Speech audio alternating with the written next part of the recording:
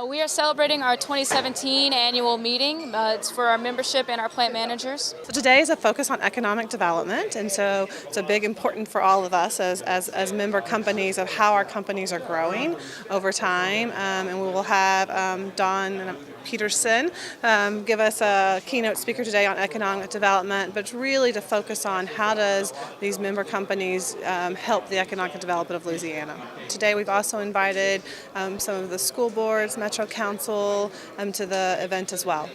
Well, GBRIA benefits industry by simply being a voice or a place for our members to come together and come up with solutions to some non-competitive common issues that are standing in industry for a long time, such as especially safety and today, as we talked about, workforce development. Welcome. Welcome to our 2017 annual meeting. My name is Connie Fabry. I'm the Executive Director of GBRIA. Thank you for attending today. Our theme for this year's meeting is Louisiana's Economic Roadmap, Inspiration, Funding, and Building. So around 2014, members began talking to me about how bad the traffic congestion was around the whole region. I heard it from the west side of the river. I heard it from people going downtown. I heard it from people trying to make meetings using I-10. I heard it from down in the parish, that's Ascension Parish. And I heard it farther south all around the Sunshine Bridge.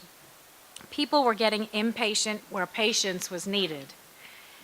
And that's when the inspiration came. There was so much sentiment that something had to be done that our board of directors made it a goal in our strategic plan that year to begin working on solutions. Fast forward to today, and we've got some choices to make. We can continue complaining about the way things are, or we can invest in our children's future. That's where the funding comes in. After we get the funding, we'll still need patience because the fruition of some of the solutions we've come up with will take many years to be completed. And that's where the building comes in. In this year's legislative session, our legislators have some hard choices to make, and they need our inspiration to see them through the votes. So now, I'd like to give a special thank you to a few people attending today, including Timmy Roussel, St. James Parish President, George Nassar, and Ed Conscien with the St. James School Board, Jerry Jones with St. John Parish Economic Development, and Ronnie Pocarello with the East Baton Rouge Parish School System.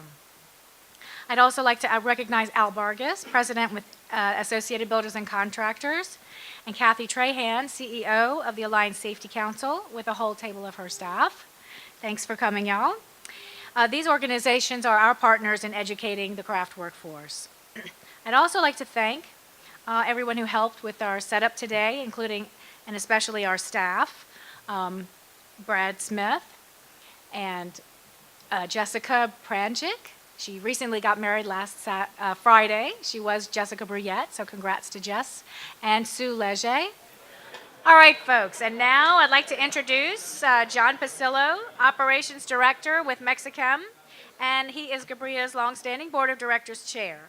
And John will continue with the meeting. Come on. Our first order of business, first of all, is to welcome everyone. Thank you all for coming out. Great attendance today. I know it's busy out there. I know you have busy schedules, and it's always a pleasure to have you come out and take the time and have lunch with us and learn more about your organization and what we do. This is our 2017 annual meeting of the Greater Baton Rouge Industry Alliance. In your program, for those that are members, you'll find your antitrust guidelines. And of course, in dealing with each other here today, we need you to adhere to those guidelines. Our main order of business will be our board of directors, continuing board members. That should be your list there. And then we have our two new members. Steve, I saw you. And Joe, I saw you. Great. So I need a vote. Well, first I need a nomination from the membership to elect these two new members. Would someone like to make a nomination? Jennifer, thank you. And a second? Second out there. Now, members get to vote and every no vote is your nomination to join the board. All right, so all in favor of our 2 new members and our continuing members, please say aye, and there's your hand. Great. Thank you all very much. What a good-looking crew, huh? That photographer is wonderful. I mean, he does a great job. We don't really look that good. It's always good to remind ourselves just what our organization is all about, what the mission of GBRIA is, which is to drive solutions to common issues with emphasis on workforce development and safety performance. We've got some key areas that we work in and some key tenets, one of which is to achieve injury and incident-free workplaces, to ensure a competitive and skilled company and contractor workforce, to facilitate operational excellence through networking and exchanges, to build support in our local community for retention and growth of our industry, maintain a vibrant and successful and involved membership, and to keep really good track of our members' money. We review these each year, and every now and then there's a small change, but basically that's the underpinning of your organization. And Connie announced the staff. There's not a lot. This work gets done by the contributions that you all make as members in support of the organization, by your participation in our events, in our committees, and all the work that we do. So on behalf of your organization, thank you very much. A couple areas I'd like to just highlight on, some of the activities that have been going on this year in the health and safety area. There's a committee that's working to improve communications across parish lines in the event of an emergency. That's particularly important to our plants that are on a parish line, or in some cases straddle parish lines.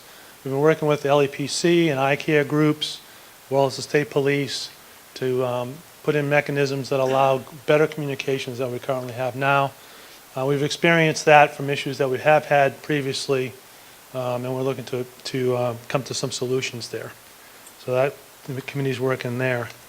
We also have a committee that's working on Protect Watch, which includes air watch, air bottle watch, fire extinguisher, confined space, gas monitoring training. Mentioned Kathy Trihan is here today, so we're working with the Alliance Safety Council in that area. Members' plants have had incidences. We've had incidences with problems with breathing air, so we're really looking to make some improvements in that area as well.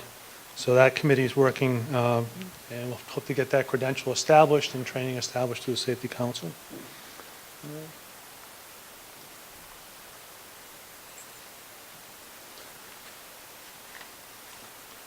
Contractor audit program is being overhauled, is being reworked with the Houston Safety Council as well, because we have offered reciprocity on those inspections and audits that are done on the PSM basis.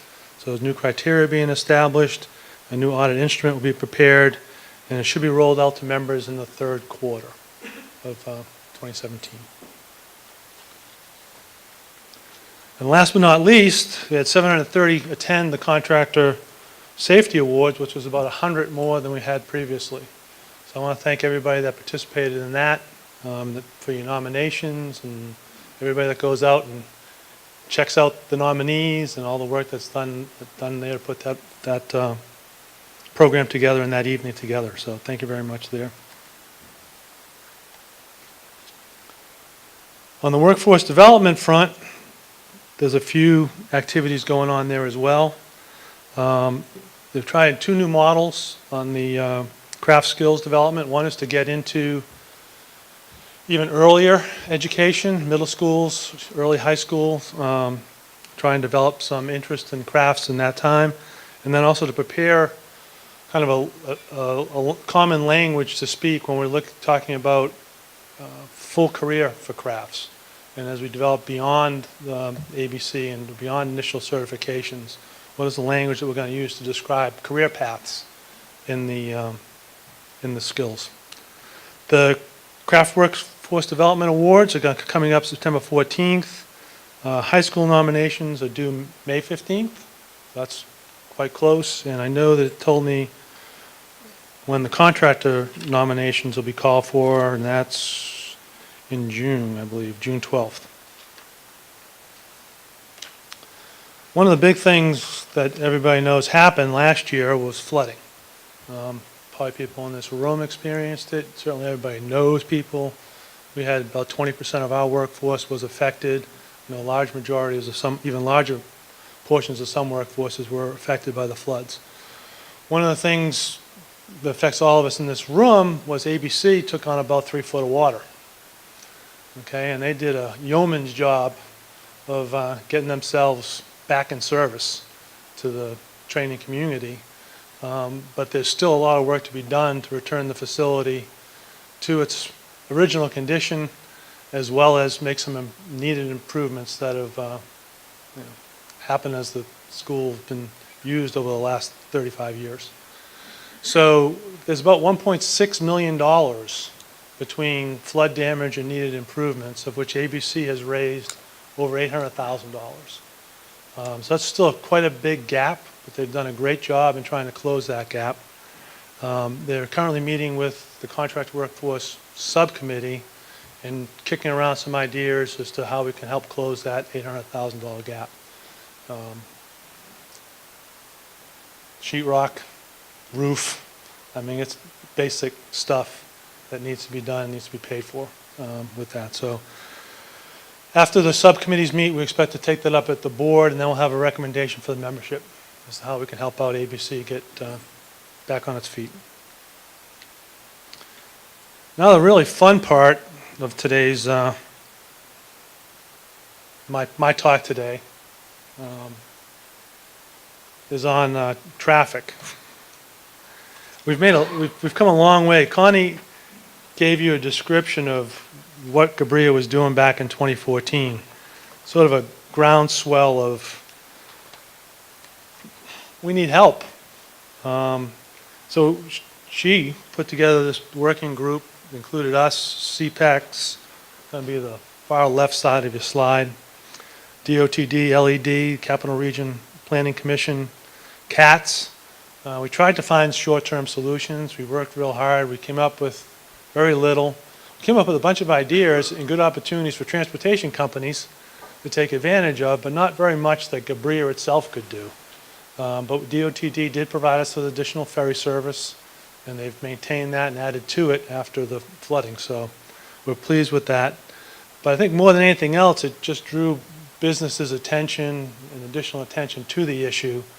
And we got the chamber involved and the Center for Planning Excellence. And those three organizations birthed the crisis organization. I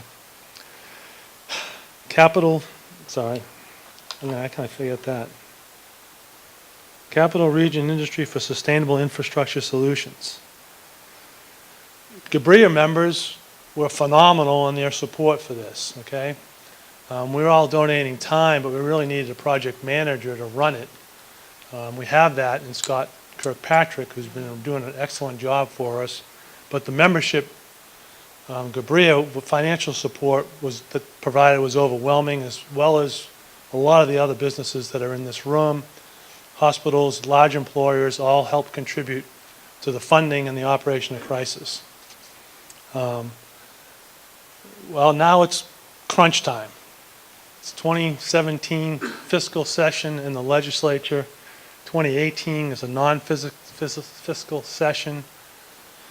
2019 is an election year, or another non-fiscal session. 2020 is the election year. So if we don't get it done now, it's 4 more years, 5 more years before the opportunity arises. So along comes Build It. It's a little bit bigger than just crisis. It's really statewide. It's grabbing a lot of the other chambers of commerce and other areas and trying to put a real push together to get this done in this legislative session.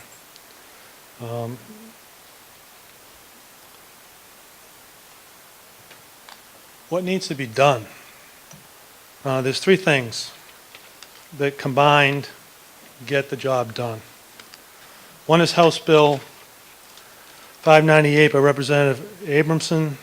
It increases transparency and accountability in the Highway Priority Program. It's passed the House Transportation Committee and it's headed for the floor. So you want to know where your money is going to be spent, how it's going to be spent, how it's going to be prioritized. Will it actually go to the projects that we need in this region? And that's what House Bill 598 does for us. The second bill is Senate Bill 57 by Senator Cortez. It's a constitutional amendment that will safeguard the Transportation Trust Fund. Basically removes the state police traffic control from the TTF. It's passed the Senate Transportation Committee and it's headed for the Senate floor. Honestly, we expect both of those bills will pass. The big one, the money one, is the bill by Senator Carter, House Bill 632. It's going to be coming up in Ways and Means Committee next week, if not later this week, soon. They're waiting for the right time, I think, to bring it up. And there's a couple of things we can do there. This is a list, and on your tables is a list of your House Ways and Means Committee members for the state. There's two key ones locally, Barry Ivy and Clay Shakesnyder. Whatever influence you have in getting them on board would be greatly appreciated. You make them a call, let them know that you support House Bill 632 and that you'd like to see it get to a full vote of the full House. That's what the Ways and Means Committee can do is get it out of committee and get it to a vote. That's the 17 cents a gallon gas tax. I think that slide helps put 17 cents in perspective. I read that number and I said, that can't be a real number. I mean, that's $6.5 billion a year that we're basically wasting. But that's the number from TRIP.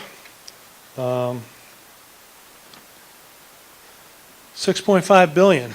Some drivers are spending $2,500 a year extra to get around town. That's because of roadway maintenance, traffic congestion, extra gas, extra maintenance that you're paying, accidents because of safety conditions. It just keeps adding up. 17 cents a gallon for the average driver is $113 a year. I'm not a latte drinker, but that's probably a latte a week at Starbucks, right? So a statewide problem that can be solved by a latte a week, I think it really deserves y'all's consideration. And so there's two things right now. One is the Ways and Means Committee and that House bill. And the other one is we'd like to get our business and industry group behind this. Okay, so LaBie is going to have a vote of the Board of Directors on May 12th. This effort is largely being driven by business and industry. And we would like our business and industry group, LaBie, to support it. But they've got a lot of other businesses that are involved than just us, so there'll be other pressures as well. It's like 100 board members at LaBie. You all probably know some. You may be one, you may live with one. You're related to one. There's plenty enough for everybody. So we really would like LaBie's support because that's the kind of thing that could actually get this across the goal line and get progress being made. So, two things, Ways and Means Committee and LaBie. I think if we get those two things, we'll be well on the way to 10 years from now, not spending $2,500 a year. But what's the alternative? You know, the do-nothing case. The infrastructure in Louisiana continues to crumble. LA1 bridge falls into the canal. I mean, at some point, you have to make an investment. And you know, that's how I pitch it. If this was my plan, if I had a piece that was, if equipment that was broken, I would want to get the capital to fix it, and then move on to something else. And hopefully that's what the state of Louisiana will do. Tell you a personal story. When I came here 25, 6, 7 years ago, I took advantage of you all on the roads of Louisiana because I was a Massachusetts driver, right? And you all were polite, stopped at stop signs, stopped at red lights, didn't run things, all right? You really, you calmed me down. You said, John, you're sticking out. You need to drive better, nicer, more politely, like everybody else does. 25 years later, you all are getting more like I was. And it'll ruin your culture if you don't solve this problem. It really will. I hope it doesn't happen. But those are all my pieces of paper, all the things I have to say. I've got Jennifer all messed up because I haven't turned the pages that Connie gave me. But Jennifer, you're up next. Good afternoon. As John said, I'm Jennifer Dunphy. I'm with ExxonMobil. I'm our plastics plant manager, and I thought I'd give a few sides on the economic impact of our members before we hear from the speaker. So I'll start with looking at a graph. The blue is our member companies, and the red is the contractor companies that support our businesses. And what you'll see is from about 2008 and 9, we've had fairly steady growth on our member companies. But if you go back all the way to 2001, what you'll see is that we took a large dip down during the natural gas prices. Many companies at that point became to the point they stopped investing. Feedstocks became very high. But then in 2008 and 9, when fracking lowered the price of natural gas, we started seeing quite a bit of investment back into our companies, both for new plants and also reinvestment in the plants we had. And you really see that in the contractor growth. And so if you look at the red line and you look at contractor growth from about that time, we've almost doubled the amount of contractor growth in our industry over the last 7 years. So substantial growth that you can see there, with steady growth from our member companies as well. I'm faster than the clicker, sorry. There we go. Just a snapshot of who these member companies are. You can see them from about, we have quite a few member companies in there. We have about 15,000 in employment. If you look at some of our top member employment, ExxonMobil has 5 plants in the region with about 2,700 employees. Dow Chemical has many plants in the region as well, and the list goes on. If you look at our top contractor employment, the same. Turner has 11,000. Cajun has 3,000 in the area, and there's quite a bit of contractor growth that we saw on the other page supporting our industry as well. There's been a lot in the news lately about, does this industry pay taxes? And I know you've heard it, we've all heard it from the industry that we're in. And if you look at the pie chart here, and I know it's hard in the back of the room, the sliver of dark blue is corporate income tax. So it does make up a small portion of all of Louisiana's tax, and that bar graph is Louisiana taxes in very different subcategories. But what's missing from that equation, and when people say our industry doesn't pay corporate tax, is all the other taxes that we pay. And if you look at the words here on the left, you'll see that in the state we pay there's $8 billion of state taxes. Of that, sales tax, 50% of that comes from our industry. Our industry pays a considerable amount of sales tax. If you look at property taxes, of that $4.4 billion that's paid in property tax, 75% comes from industry and business. And then for us that do manufacturing, we also are levied another tax on the manufacturing and business equipment, which is another $5 billion. So the story can't end with you only pay corporate income tax, that our industry isn't paying corporate income tax. You have to look at the bigger picture, and you can see we pay a lot of taxes in the state of Louisiana and help support the areas where we work. Another way to look at that is, I thought this was quite an interesting graph that Connie put together. This is all the different parishes, and the ones that are in dark blue there are your top 10 parishes on sales tax. And what your first look at it may say to you is, well, it's Ascension Parish, it's East Baton Rouge Parish, that's where the population is, so therefore it's going to have higher sales tax in those areas. But then when you start delving into it and you look at an area like West Baton Rouge, population of about 24,000, and you compare it to Sabine Parish, which is typical, same about 24,000, you can see West Baton Rouge hits the top 10 here. And that's because our industry does make a substantial difference in sales tax, and it's unmistakable when you look at these areas. This is industry bringing those tax revenues into these areas, which helps that growth. One thing that's been a lot in the news lately too is ITAP. This is the industry property tax exemption. It's been a long-standing incentive to help us build in Louisiana.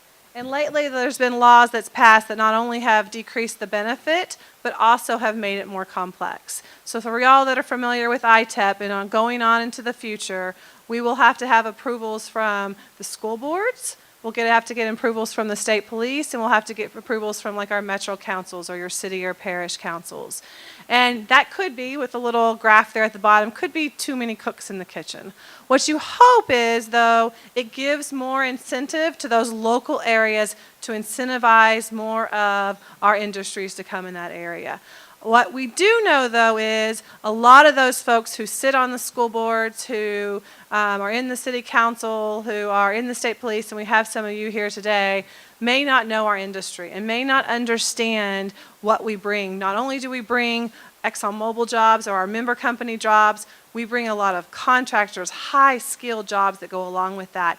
And we need to do a good job of educating those folks of what all that means when we bring capital investment into their areas.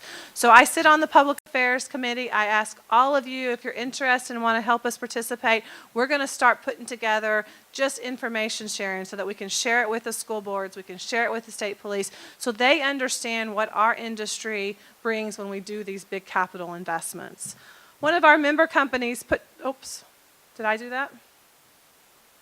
Who's controlling us? Okay.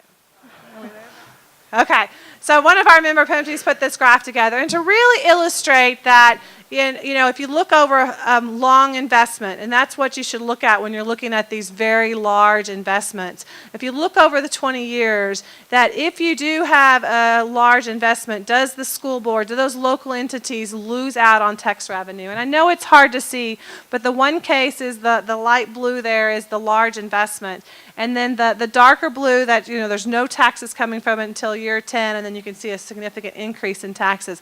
What this case study shows is that actually with the large investment, you can actually have more taxes paid to the local communities over a 20-year period than if we just did small investments all along. And what you also don't get from that case study is that's just property taxes. So if we do one of these really large 50 million plus investments in our plants, we bring along sales tax, we bring along jobs, we bring along income tax, we bring along payroll taxes, and all that needs to be in there. So it's this kind of education that we will try to get out to those local school boards, to the state police, to our metro councils, so they understand that when these investments, yes, there is a initial tax exemption, but in the long run, it's what's best for our communities and bring those jobs back into our areas. So with that, I'm going to turn it over to Connie. Today, members and guests, please help me welcome Mr. Don Pearson, our keynote speaker. In January of 2016, Governor John Bel Edwards appointed Don Pearson to serve as Secretary of Louisiana Economic Development. Pearson served as Assistant Secretary and Senior Director of Business Development for LED since January of 2005. With executive-level leadership, his duties include the implementation of domestic and international economic development programs and job retention and creation efforts for the state of Louisiana. He is Governor John Bel Edwards' primary representative to governmental officials, local communities, and site selector consultants on all economic issues. Pearson has over 27 years of economic development experience and is a certified economic development professional. Prior to joining LED, Pearson served for 17 years in the Shreveport-Bossier community as Executive Director of the Greater Bossier Economic Development Foundation. In 2000, Governor Mike Foster appointed Pearson to the Louisiana Economic Development Council. A year later, Governor Foster again appointed him, this time to the Department of Economic Development Reorganization Task Force. Governor Kathleen Blanco appointed Pearson in 2005 to serve as Assistant Secretary for LED. In 2008, Governor Bobby Jindal appointed Pearson as Assistant Secretary for LED and designated Pearson as his appointee in 2009 for the Aerospace Alliance for Aviation. Pearson is a past president of the Louisiana Industrial Development Executives Association. He has served on the board of directors for the Southern Economic Development Council, an organization with representatives from all southern states. Pearson is also a past president of the Louisiana Chamber of Commerce Executives Association. A graduate of the United States Military Academy at West Point, Pearson served as an airborne and Ranger qualified infantry officer in the 82nd Airborne Division for 5 years. He has also served as a deacon at Kings Highway Christian Church in Shreveport. Mr. Pearson, thank you for your service, and thank you and welcome to our meeting today. Help me welcome Mr. Pearson.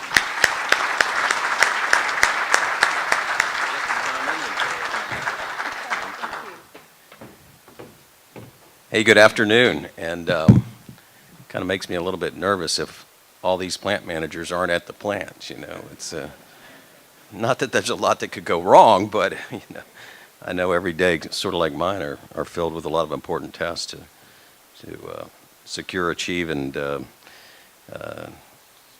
get done to keep things running, keep things safe, and moving our economy forward. As you know, you're such a key component of this. So I feel like I have a great relationship with many of you already, and wanted to just spend some time together today, talk to you a little bit about what's going on, economic development in our state. Perhaps maybe toward the end we can respond to a few questions or concerns or comments that you may have, so I'm open to that. And thank you for asking me to come over. Certainly there's a lot going on down the street, as you well know, with the legislative session underway. The House called for Committee of the Whole today, so they're moving budget elements through House Bill 1. So they brought the gavel down on our department with only a $500,000 cut. So that was considered, I guess, good in this kind of environment. They're talking more like 8% for a lot of the divisions. And I get it, you know, that we're under a lot of financial stress, but you think about also just this cumulative effect that we have been cutting and reducing and all those things for quite a while now. As you noted on my intro, I've been involved in state government now for more than 12 years and working with state government for about the past 25 years. And so it's certainly just kind of continued to compress and compress and compress. So it makes it very challenging. I'm honored to serve, but these are indeed challenging times. And when you've been in that long, you've kind of been through the cycles, and there's some pretty nice cycles along the way. Perhaps we can get back to that point in time. And that's certainly something that we work towards every day, building a vibrant economy in our state.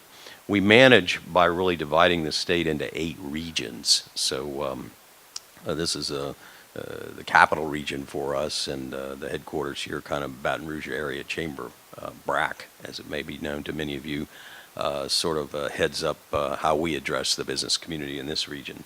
We've had a great month of April. A number of announcements. Lotte Chemical underway over there in Lake Charles, but also now going to move their headquarters from Houston to Louisiana. Boy, that's a trend that we'd like to see more of. From China, Wanhua Chemical coming with a $1.1 billion project for MDI. I can say that to y'all, and y'all probably know what I'm talking about.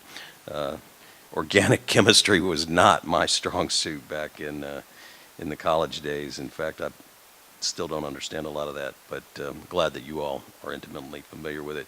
Total Quality Logistics down in New Orleans, helping us with our supply chain and doing freight brokerage and those kind of things. Important to move the product in, your raw materials often, maybe by rail or barge or truck, but all of those logistics movements are tremendously important to us. Provision Healthcare, a $100 million proton cancer treatment center coming to New Orleans. We don't typically always play in the healthcare sector. That's a little bit in economic development terms like retail. You know, if you've got a Macy's and a Nordstrom's across the street from each other, just let the private sector do their thing. But there are some extraordinary elements that we call boutique medical elements that would bring people from out of state here.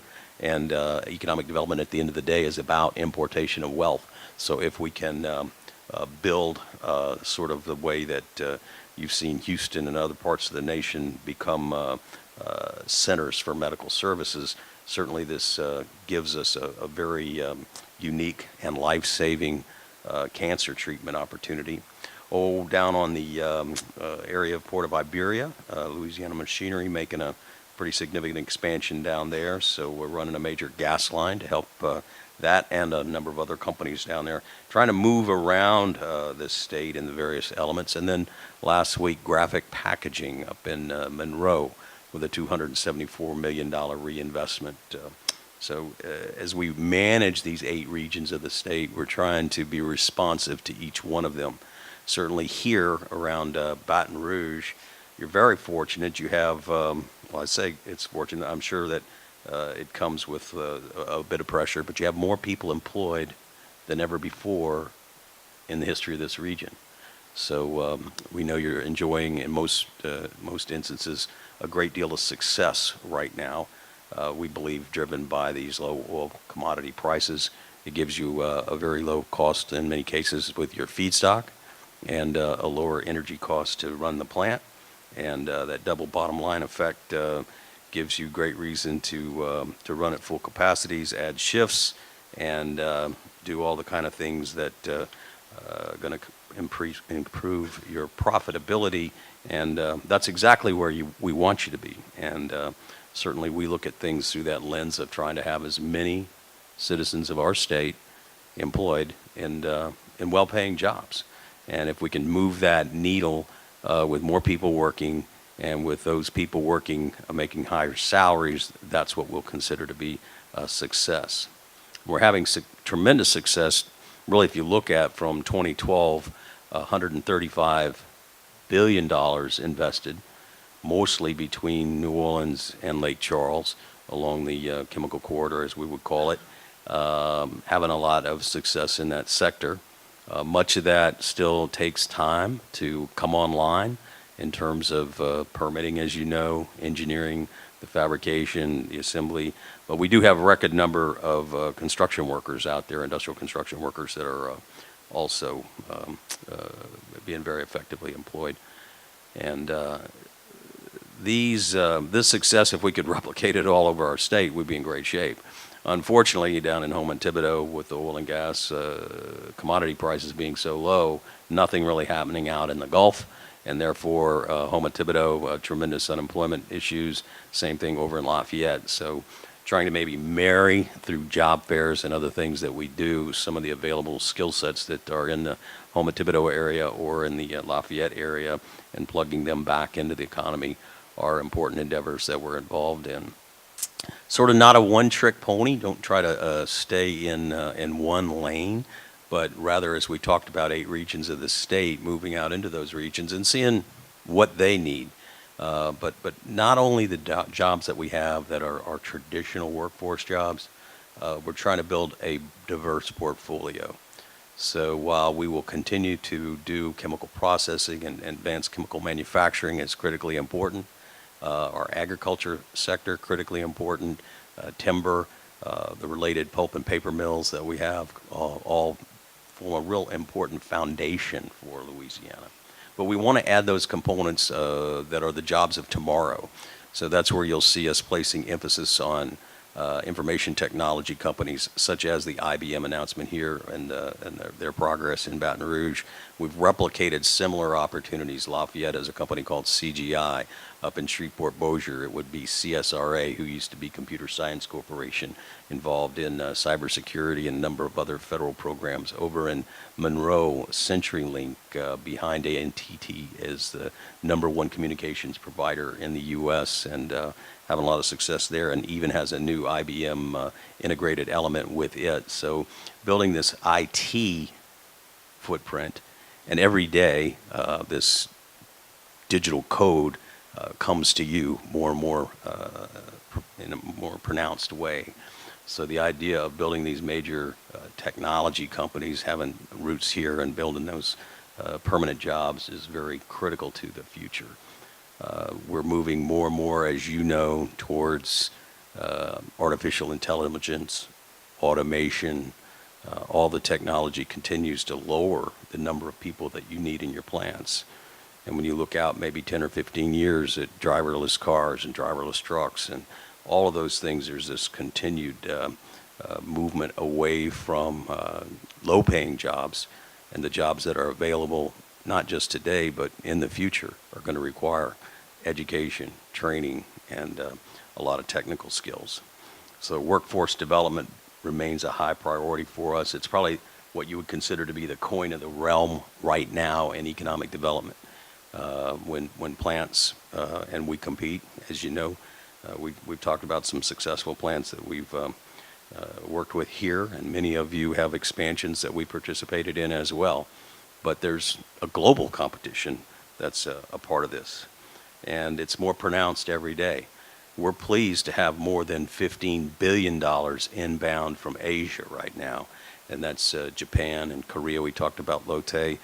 China, Huanhua is now headed our way. This, again, back to economic development being the importation of wealth. When we see it coming from offshore to Louisiana, putting Louisiana workers together, using our U.S. domestic feedstocks, that's a good thing for us, and it helps build that vibrant economy. But that global influence, and I know it's reflected in a number of the plants here, continues to grow, and we're very mindful of that. You're seeing e-business trends. Again, I'm sure that there's more and more automation, more and more sophisticated reports that you're able to generate through software programs and those kinds of things. Again, why we are involved with growing that technical capacity in our state, and why it has a bearing on the operations and efficiencies at your plants right now. And of course, all of that seems to be or is just on faster product cycles. For some of us that started off programming with punch cards and those kinds of things, we've seen it rapidly evolve. Today, the software systems and the development of new products is really aggressively fast, and it makes it a challenge for you and your workforce to stay trained and keep up with all that. I touched on how critical it is to have this knowledge-based economy, and you'll see us at Louisiana Economic Development having very strong partnerships with all of our university systems. I talked to you about IBM and CenturyLink.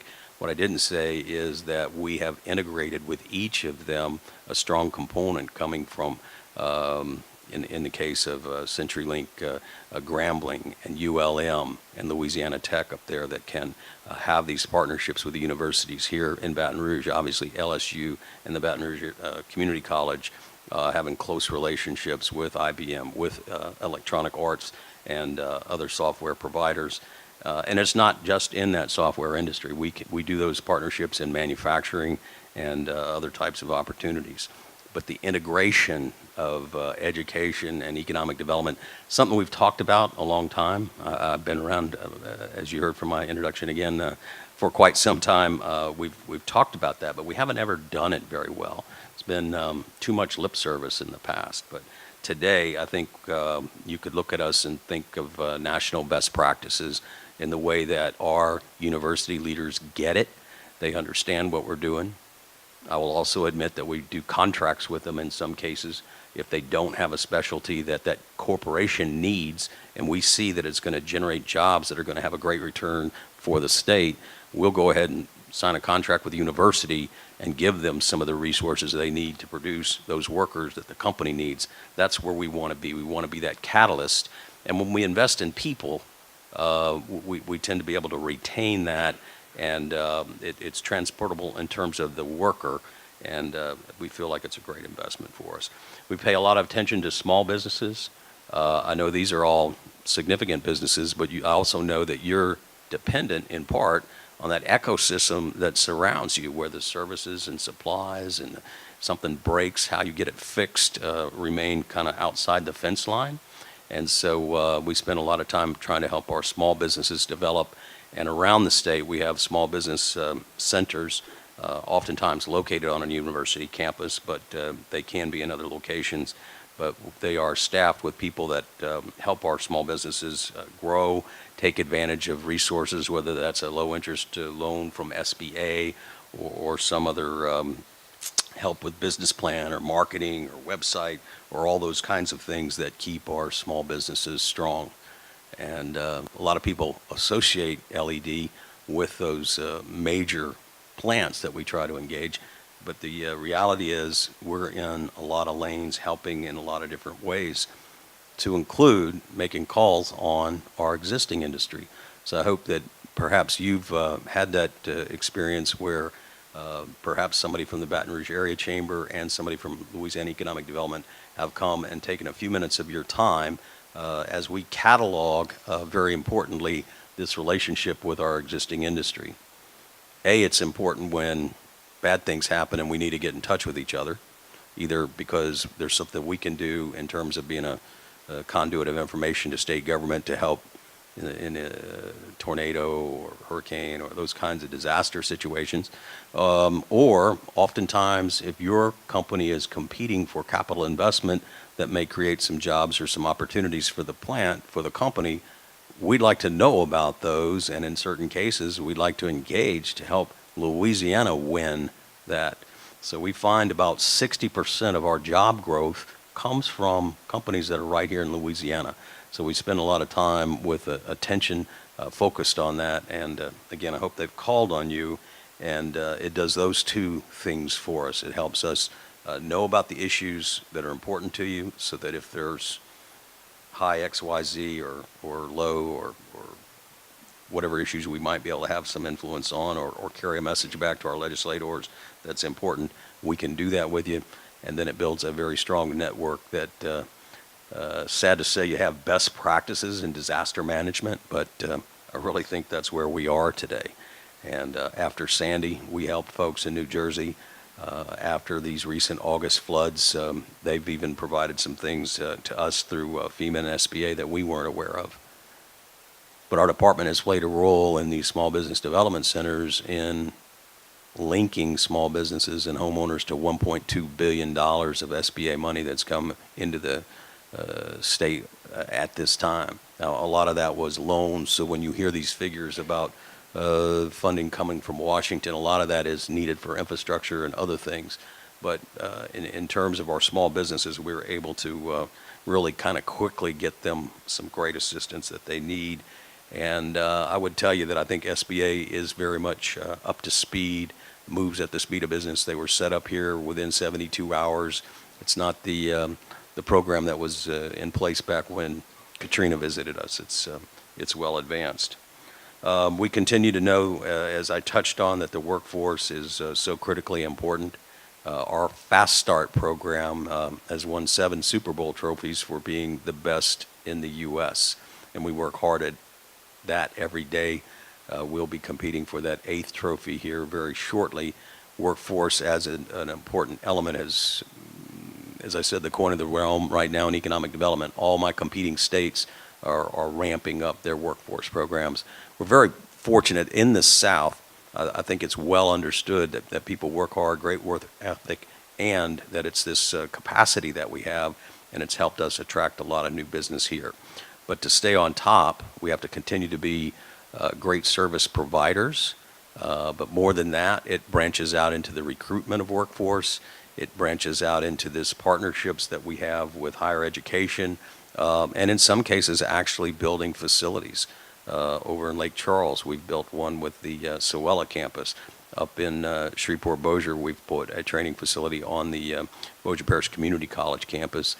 More of those kinds of activities across the state are critical if we're going to maintain that best-in-class workforce that we strive to achieve. I guess the last thing that people look for in terms of the kind of recruitment that we like to do is a quality of life issue around areas. So where we can see things such as housing, the costs of housing, utility costs, the quality of schools, low crime rates, good medical care. And we compete very favorably in those areas, but there's a lot of competition out there, and so it's critically important to trying to recruit people in that we can speak to those things. From a department perspective, we're trying to be very quick in our answers. We serve a number of key audiences. One is here today. We'd like to have a direct relationship with the companies. That's why we're out there calling on you. Beyond that, of course, all the elected officials are an important audience for us, and we pay a lot of attention to them. I told you we have the state divided into 8 regions, and some of those have economic development organizations under their umbrellas, but those 8 regional organizations are ones that help us bring economic development to meet community needs. They're on the ground. They have a better sense and feel for that. And we're a fairly small department, 100 people, trying to serve 64 parishes. And when I say 100 people, by the time you take out legal, the contract division, and other elements of the department, marketing and communications, we end up with maybe 24 to 30 people that are actually boots on the ground. And trying to cover 64 parishes, that just doesn't work effectively and efficiently. So these other economic development organizations across the state are critical partners to us. The last audience that we serve are site consultants. They are folks that get a call from major companies, many of which probably represented here, and they're tasked with going out and identifying the right place to locate a new plant or expand an existing plant. And so maybe there's 200 or 300 of these individuals in the U.S. that are site selection consultants of note, and maybe the top 75 of those are actually very, very active. So that's a key target audience for us, where we try to make sure that they maintain an awareness of things that we're doing in our state that make their job effective and efficient when they come here, so that they'll continue to come here and give us those opportunities. So we do programs like certified sites. We go out there and with our economic development partners identify a place that a plant could be. And maybe 15 years ago, you look out the windshield and say, hey, this farmer's field would make a great site, don't you think? That doesn't move at the speed of business. Today, we go out to find these sites. We do the survey work in partnership with the property owner. We'll do certain soil characteristics. We'll do identification of any environmental issues with a phase 1. We'll identify all the right-of-ways and all the other elements that might affect the geography of laying out a plant, identify the utilities, all those things, a very significant checklist done in concert with engineers that give us a certified stamp when we're done, that we know we've got something we can count on. And we have more than 80 of those certified sites around the state now. So when we get these calls from the consultant, they know that these places are shovel-ready, the price is fixed, and they become a more viable option, a speed-to-market option for them. Pleased to say that this graphics packaging announcement that came in Monroe last week, $274 million modernization of their facilities, was on one of our certified sites. So an example of actually that program working. The other note that I would leave with you is just that I fight this dragon all the time. It's called corporate welfare, and we don't do that. And we do have incentive programs. We do have public-private partnerships. We do invest in roads and infrastructure and other elements that are critical to building industry in our state, but we do it with a contract. And the contract has clawbacks where if the company doesn't perform, we recapture the public's dollar. We're very careful in how we invest these. They're not just to any company. They're for qualifying companies. We love manufacturing because manufacturing has a huge job multiplier.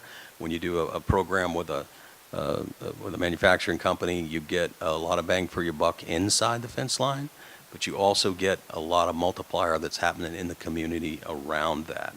So certainly our incentive programs and our incentive tools are critically important to our successful competition with a number of other states.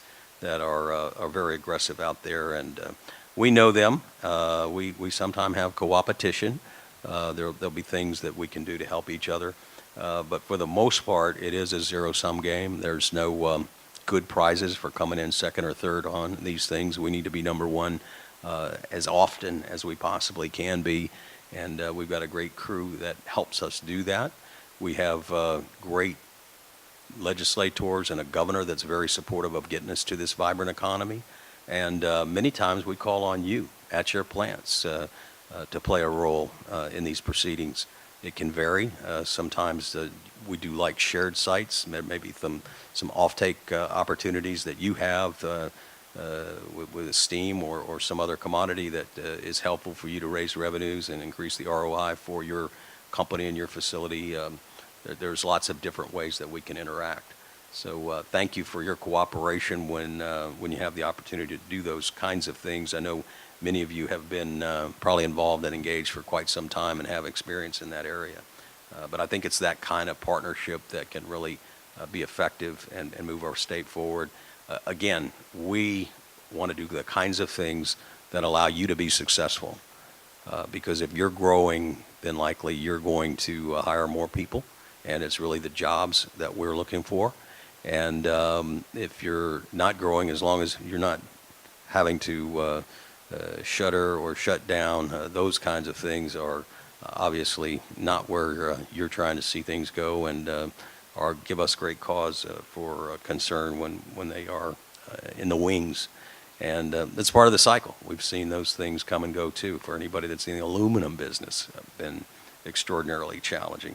We've got a shuttered paper mills, and we've got shuttered plywood manufacturing facilities in our state. So I'm very aware that it's not a given that you're in competition. And as I touched on before about the globalization of the economy, your competition has expanded its footprint from just being some domestic plants to plants located in India and China and all over the world. So you have a tough role to play, just as I do.